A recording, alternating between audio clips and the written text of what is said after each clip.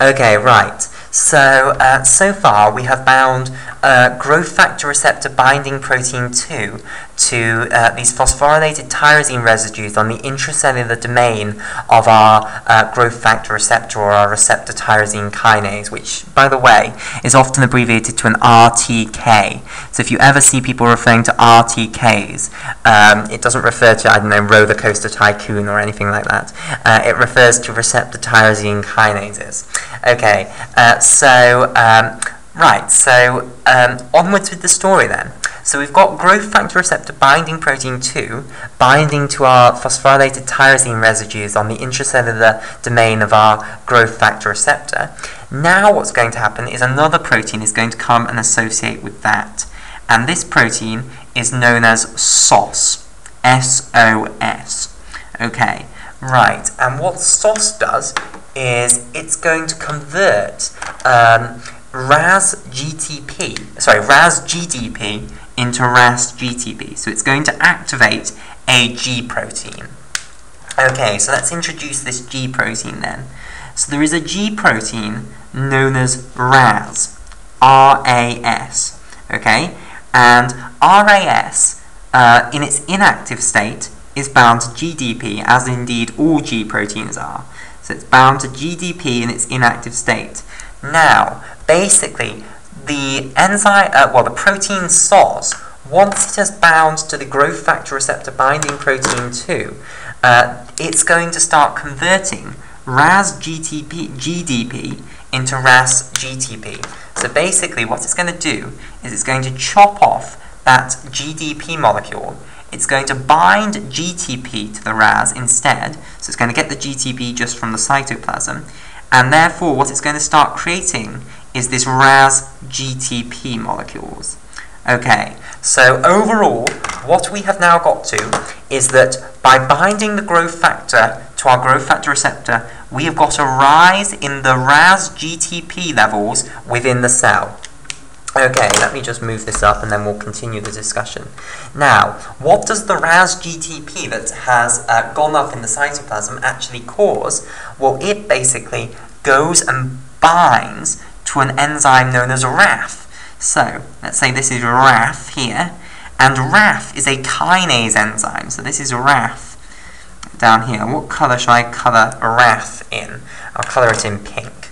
Okay, so this is RAF down here. And RAF is a kinase enzyme.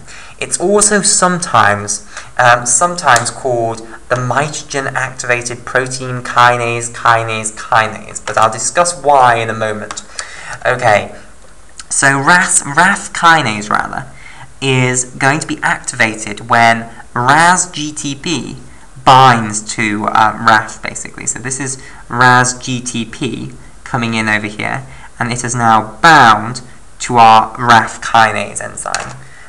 Okay, so here is our RAS. Okay, so RAF basically is a kinase enzyme which is activated by the binding of this RAS GTP.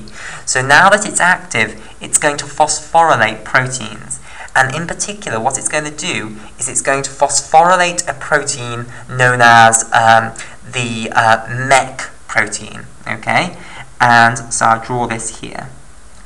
So there's a protein called MEK, which initially is inactive because it hasn't got a phosphate group added onto it. And when it has a phosphate group added onto it by the RAF kinase, it's going to become activated. Okay? And it itself is a kinase enzyme. Okay? So, RAF is activated by RAS GTP. It is a kinase enzyme. It's going to add a phosphate group onto the MEK kinase, and MEK kinase is then going to add a phosphate group onto another protein known as MAPK, which stands for mitogen activated protein kinase. Okay, over here. So again, mitogen activated protein kinase is another kinase. So you've got this just kinase, phosphorylates kinase, phosphorylates kinase. So MAP kinase, as it's often abbreviated to, is another kinase enzyme which I'll put in yellow. So this is in yellow. And basically, it's going to then activate MYC is what we're going to see. But initially, before it has been phosphorylated, it is inactive as well. So by phosphorylation, it becomes an active kinase. Now, let me write out the full names of these enzymes, and then I'll be able to explain to you different names that these are all called. So, in fact, I'm going to, now I need it on this page, so let's try and squash this in. So, MAP kinase then. Often you will hear people refer to it as MAP kinase, okay? And that stands for mitogen activated protein kinase. So mitogen activated protein kinase. Okay, and this is just futile. I'm going to get another piece of paper and write it out again. I'd rather write it out again than try and squash it in there. Okay, right. So, we had RAS up here, which was bound to, now it was bound to RAF, RAS was bound to GTP rather, and then it had bound to RAF, which was this kinase enzyme, okay? So RAS GTP binding to RAF caused RAF to become an active kinase, okay? RAF kinase then phosphorylated the next kinase down in this list, so let's have the next kinase here, and we'll have it in its inactive state, and then it's being taken into its active state by phosphorylation. Okay, so phosphorylation activates this kinase, and remember this kinase was MEC. Okay, and I'll explain other names for MEC in a moment. And then MEC, when it was active, it catalyzed the phosphorylation of the next enzyme down in this, which was the MAP kinase enzyme. Okay, so here we go. MAP kinase initially in its inactive, unphosphorylated state, and now it's been phosphorylated by the MEC enzyme, and it's now an active kinase enzyme. So this is MAP kinase here.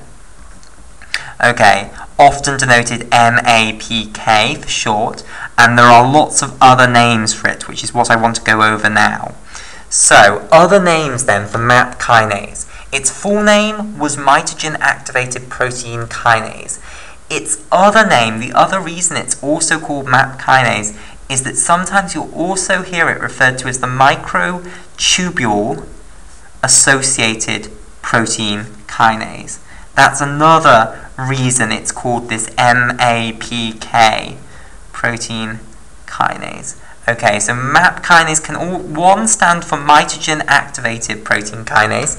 It can also stand for microtubule associated protein kinase.